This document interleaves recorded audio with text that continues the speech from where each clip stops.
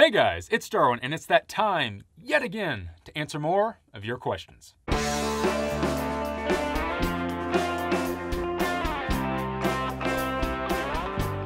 Alright, so I'm about to go start my through hike of the Arizona Trail and start production on a film that I'm working on with Nemor. And before I hit the road, I figured I would do one last Q&A to answer some of your guys' questions. Now, all of the questions for this Q&A came from over on the community tab where I polled everybody last week. And if you didn't get a notification that I was asking for people's questions, all you have to do for next time is go up next to the subscribe button, click that little notification bell, and then when I get back from the trail and I do another Q&A, you'll know when I'm asking for questions. All right, so let's knock some of these out so I can hit the road. What are you most excited for on the through hike, least excited for? So Will, I would assume that you're talking about the Arizona Trail, and the thing that I'm the most excited for is getting to go out and do something completely different. Getting to go out and shoot this film. You know, for the past handful of years on trails, I've been making YouTube videos, and I enjoy making them, and you guys enjoy watching them, but I've really wanted to do something different. I've wanted to take some of those skills that I've learned over the last couple of years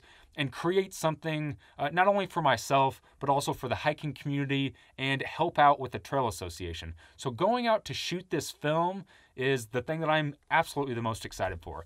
Every time I do a hike, I do it for a different reason, right? So I hiked the AT to hike with my wife and meet other people. I did the PCT to have a new challenge, hike on the West Coast and push myself and push my limits. And the Arizona Trail is really about creating something. It's about being a creator, going out there and trying to capture a story. So that is totally the thing that I'm the most excited about. And the thing that I'm not excited about, there's not really anything. You know, it's one of my favorite trails in the entire world. I get to go hang out with my buddy Nemor. I get to hike, which obviously I love, and I get to shoot a film. So right now, there's nothing that I'm not excited for. I'm pretty excited. What steps do you take to prevent punctures in your sleeping pad while in areas that have thorns littered everywhere? Ground sheet, extra pads, eagle eyes, or just luck? John, I'd probably say it's just luck. That and the fact that every time that I go to set my camp up, that I go to put my tent down, I make sure that the ground is good and clean. I don't want a bunch of rocks, I don't want pine cones, sticks, and it's not just for my sleeping pad, it's because I don't want to puncture a hole in my bathtub of my tent, and I don't want something to poke me in the back at night. So that's usually what I do. I have no clue what an eagle eye is. Maybe you could leave down here in the comments what that is. No clue. I've never used an extra pad. And with the tents that I now use, like the duplex and the plexamid, I've actually never used a ground sheet. So maybe some of it could be luck, but most of it is because I always make sure I select a good spot and a clean spot to put my tent. Did you always hike with premium ultralight gear, or did you start with cheaper gear? If so, what are good, less expensive gear for section hikes? No, I didn't start with premium ultralight gear. You know, I think that as hikers and backpackers, we all evolve and figure out what gear works for us, what is worth it to invest in. So I think when you're first getting into backpacking or hiking, I think going with some cheaper alternatives, something that just gets you out the door, gets you out there, and teaches you what gear is and why it's important to have nicer quality gear sometimes, I think that's super important. And I think that everybody should do that. And I've done that too. Back in Boy Scouts when I was a kid, just getting into long distance hiking, you know, the stuff that I hike with now is completely different from what I hiked the AT with. Pretty average backpacking gear, right? I had like an Osprey pack, I had a big Agnes tent. It was great gear, and it wasn't cheap by any means, but it was pretty average. It wasn't ultra light. And I think that whenever I was doing that, that was good enough. But now that I have kind of turned this into my passion and something that I do all the time, I've learned that spending the money on the premium ultralight gear is worth it for me because I spend a lot of time on the trail. I want something light, and I want something that's going to last a little bit longer. So I think that every hiker needs to go through that. I've gone through that, and you're going to go through that as well. As far as some recommendations for some good ultralight gear, I used to do a series here on YouTube called Ultralight Gear on a Budget. If you want to check those 3 videos out, where I give a few ultralight budget options, I'll put that up here, and I'll also put a link down below.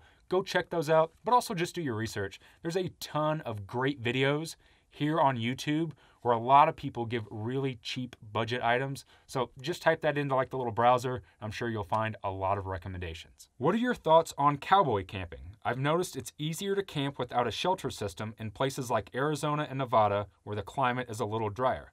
I like cowboy camping. I do it from time to time. When I was out on the PCT, I probably cowboy camped like a total of 4 or 5 times. But most of the time, no matter where I'm at, whether I'm on the AT on the East Coast or I'm out here in the Southwest where it's dry, I usually still use a tent. And for me, it's not because it's drier, it's not because of bugs or anything. I just like having a little shelter. I like being enclosed at night. I don't know why. I can't explain it to you. So yeah, I do like cowboy camping. I don't typically do it a lot. Since you're going to a frameless pack, is there a way to pack it to add comfort or help it maintain its shape? Yeah, Olivia. So what I typically do with all of my frameless packs, whether it's my Waymark pack or my Z-Packs pack or any of the other ones that I've ever used, I will take my sleeping pad and I fold it up into like a big rectangle, and then I actually shove it down up against the back. So it adds a little bit of rigidity to it, and it doesn't allow like all the pokey things that are in my pack, like my tent, like food and stuff, to actually poke me in the back. Plus, like I said, it adds a little bit of rigidity. I recently did a video called How I Pack My Gear to Be More Efficient on the Trail. If you want to check that video out, I'll put it up here. I'll leave it down below. But in that video, I kind of show how I fold it and how I put it down in my pack just to add that rigidity. And you can do that with inflatable pads. You can do it with the closed cell foam pads. You can do it with a lot of pads. But that's what I do. So yeah, maybe give that a try. Have you considered posting a lighter pack or a full pack shakedown video for the AZT? I'm curious to know exactly what's in there, especially if you're carrying film gear while still using a 40-liter frameless pack. So Stewman, I actually am going to be making 2 videos. I'm going to be making my typical through hike gear list where I'm going to spread all my stuff out and show you everything that I'm going to be carrying during the hike, not only to do the hike but also to film. And I'm also going to be doing a gear list video where I spread out all of my camera equipment that I'll be using on the road trip that I'm taking before the hike and after the hike to gather the bulk of the material for the film. Now, as far as lighter packs, I've never really done a lighter pack. I typically just kind of put all my stuff together, get it to where it's really comfortable, get it to where it's really simplistic for me, and then I just do one main weight with a scale. I've never been one to weigh everything out individually. That's just not my style. So that's probably a no to the lighter pack, but keep an eye out for those 2 gear list videos because I'll give you all the information about the video gear that I'm using and all of my thru hiking gear. As a bigger YouTube channel and now releasing the new Outdoor Evolution Hub for creators, what would be your top 3 pieces of advice for someone starting out on YouTube? Recently, me and my wife launched a website called Outdoor Evolution, and right now it is live. I'll leave a link down below. There's the web address for Outdoor Evolution. Go check the website out. Basically, what I wanted to do was create a website to be able to publish other outdoor media creators' media, whether it was videos or a blog or a photo essay or any of that stuff. It's a main hub for outdoor media creators, not only to promote their stuff, but to also inspire other people. And getting back to your question, what are 3 pieces of advice that I would give someone starting out on YouTube? The first one is be yourself. Don't try to emulate anybody. Don't try to copy anyone else's style, because I think people can see straight through that. I think that if you turn on the camera and you're just you, that comes across way better than trying to emulate someone else's style. The second thing would be coming off of that, and that is tell your story. You know, talk about the things that you know about. When I started this channel, I just started talking about the gear that I used on the AT, and it has evolved into what it is now. I didn't try to get on there and talk about things that I didn't really know about. So stick to what you know and tell your story, because that's super important. And the third piece of advice that I would have for you, I guess, is kind of a 2-part piece of advice. So I guess it's 4 pieces of advice. And the first one would be consistent. I have not missed a Thursday video since I started this channel. I always put out a Thursday video, so I stay consistent. And then coming off that one is staying true to yourself.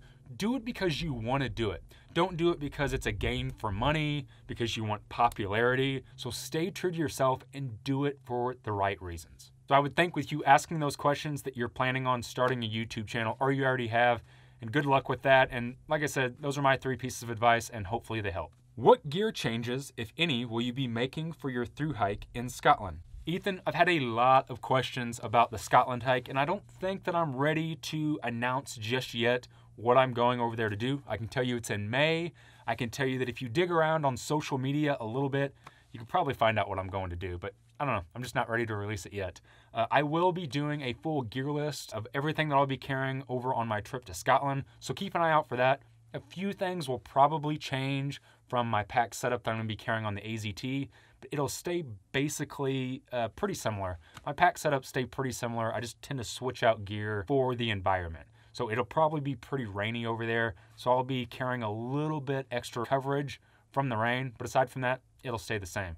Regardless, keep an eye out for that gear video because I will be announcing what I'm going over there to do and showing you all the gear that I'll be doing it with. You come to a fork in the trail. The sign says left to town and cheeseburgers. It says right to hunger and the most beautiful sunset you've ever seen.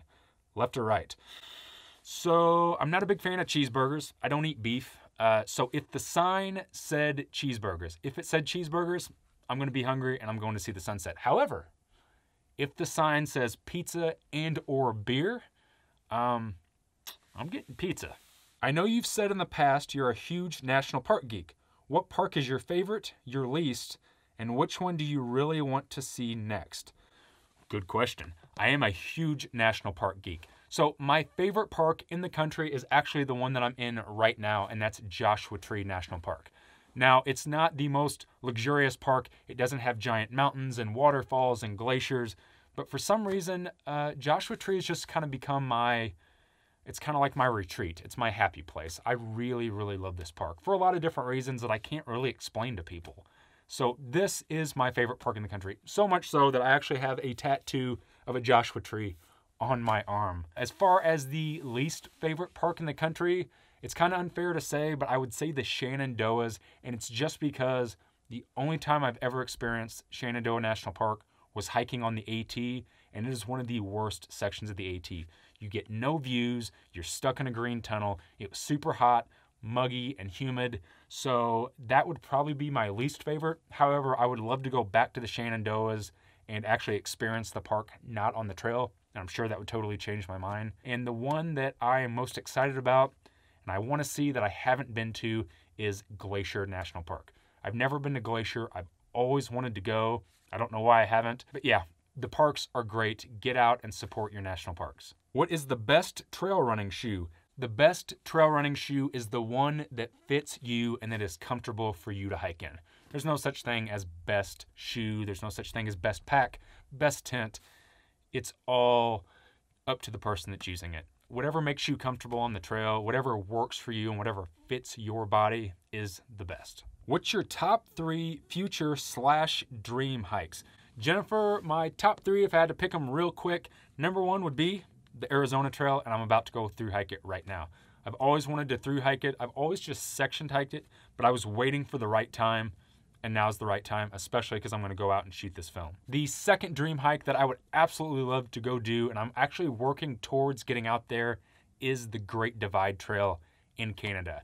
It's one that's been at the top of my list pretty high, like right in the top 3 for quite some time, and I plan to make that a reality within the next couple years. And then the third one is basically on everybody's list, and I've mentioned it a lot in the past, and that is hiking in the Patagonia Mountains down in South America. I have always wanted to do that, and again, I'm working towards that. Hopefully within the next few years, I'll be down there cruising through the Patagonias. All right, guys, last question of the month, and then I'm headed out for the Arizona Trail. What are some of your biggest mistakes on the trail that you've learned from?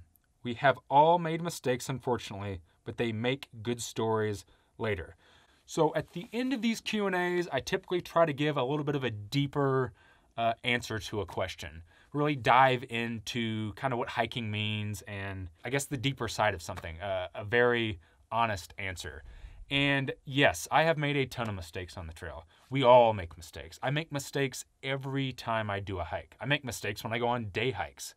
You know, on the PCT, if I had to pick a couple, I would say, you know, one of my biggest mistakes could have been going out too fast. Maybe I wouldn't have got injured. Another mistake could have been going into the Sierra too early. However, I don't really look at any of them as real mistakes. As corny as it sounds, mistakes are just success training. I think it's good to make mistakes out on the trail every time you go out there. Make mistakes with gear, make mistakes with mileage, make mistakes with nutrition. As long as you're not like gonna hurt yourself or kill yourself, make those mistakes so you can learn for a future hike and a future trip. They're so important. And yeah, if I had to list out some of my biggest mistakes, this video would be like 40 minutes long and we would talk all day long about the stupid stuff that I've done on trail. But I look at them all as learning experiences and I try to always use them in the future on other hikes. All right, guys, so like I said, I'm about to jump in the van and head towards Arizona to meet up with Nemor so we can get started on production of the film. And if you guys are watching this, we're probably pretty close and about to start our thru hike of the trail. I will be posting videos here on YouTube every week, just like I always do, of my trips. But if you want to follow a little closer with the production, the hike, some behind the scenes stuff, go over and check Nemor and I out at the Arizona Trail Film Project over on Instagram, or the AZT Film Project. We're going to be posting a ton of behind the scene photos and Instagram stories of production, of the hike, and probably of the whole editing process. So go check that out, follow along, and we can't wait to share all that with you. If you found any value in this video, go ahead and hit that like button, subscribe to my channel if you haven't already, and as always, guys, thanks for watching.